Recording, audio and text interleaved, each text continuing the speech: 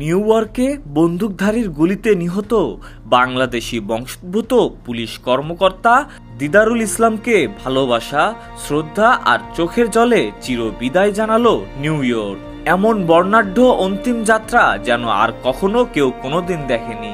বৃহস্পতিবার ব্রোঙ্কেসের পার্ক চেস্টারে তার জানাজায় অংশ নেন প্রায় 20,000 মানুষ।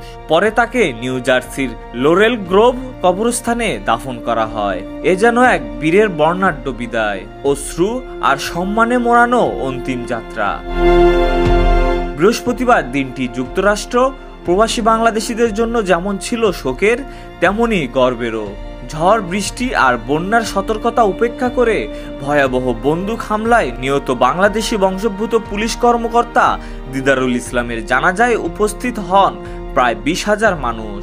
শুধু নিউ ইয়র্ক পুলিশ বিভাগেরই 5,000 সদস্য উপস্থিত ছিলেন। তাদের প্রত্যেকেরই কণ্ঠে ছিল দিদারুলের আত্মত্যাগের প্রতি গভীর শ্রদ্ধা আর কৃতজ্ঞতা। দিদারুলের শেষ বিদায়ের আনুষ্ঠানিকতায় ছিলেন নিউ ইয়র্কের governor, city mayor, police commissioner, আইন প্রণেতা সহ বিভিন্ন কমিউনিটির বিশিষ্ট ব্যক্তি এবং আসন্ন মেয়র নির্বাচনের প্রার্থীরা। তাদের বক্তব্যে বারবার উচ্চারিত হয়েছে বাংলাদেশের নাম।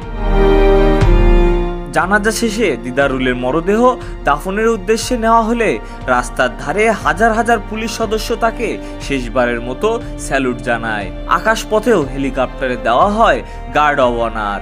বাংলাদেশি আমেরিকান পুলিশ অ্যাসোসিয়েশন জানিয়েছে, দিদারুল ইসলামকে মরণোত্তর ফার্স্ট গ্রেড ডিটেকটিভ হিসেবে পদোন্নতি দেওয়া হয়েছে।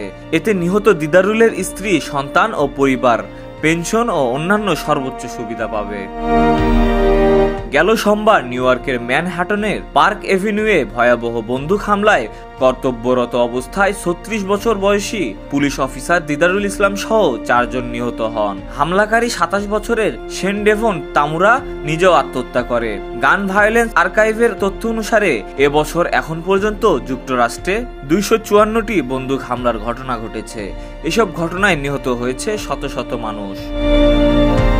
নিহত দিদারুল ইসলাম 4 বছর আগে পুলিশে যোগ দেন। এর আগে তিনি স্কুল সেফটি ও ট্রাফিক বিভাগেও কাজ করেছেন। তার বাড়ি বাংলাদেশের সিলেট বিভাগের মৌলভীবাজারের কুলাউড়ায়। দিদারুলের 2 পুত্র সন্তান রয়েছে, স্ত্রী 8 মাসের অন্তঃসত্ত্বা।